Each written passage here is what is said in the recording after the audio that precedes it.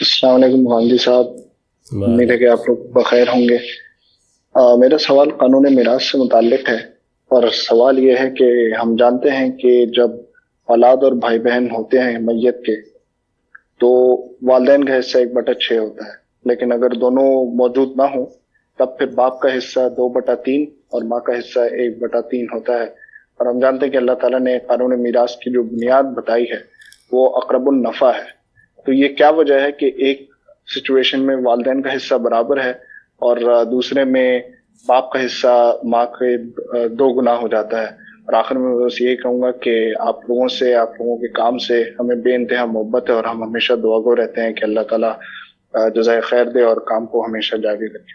السلام علیکم۔ بہت شکریہ۔ اگر آپ ذرا تدبر سے کام لیں تو یہ بات خود واضح ہو جائے گی۔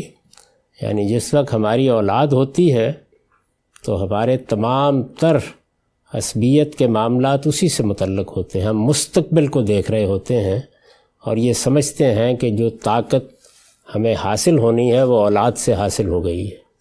اولاد نہیں ہوتی تو یہی حیثیت بہن بھائیوں کی ہو جاتی ہے، لیکن اگر اولاد بھی نہیں ہے، بہن بھائی بھی نہیں ہے، تو پھر سب کچھ والدین کی طرف منتقل ہوتا ہے، اور اس میں وہ ذمہ داریاں جو اولاد نے یا بہن بھائیوں نے اٹھانی تھیں وہ اگر آپ غور کر کے دیکھیں تو اسی قرب منفعت کے لحاظ سے باپ پر چلی جاتی ہیں۔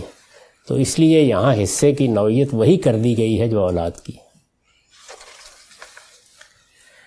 شکریہ غامدی صاحب۔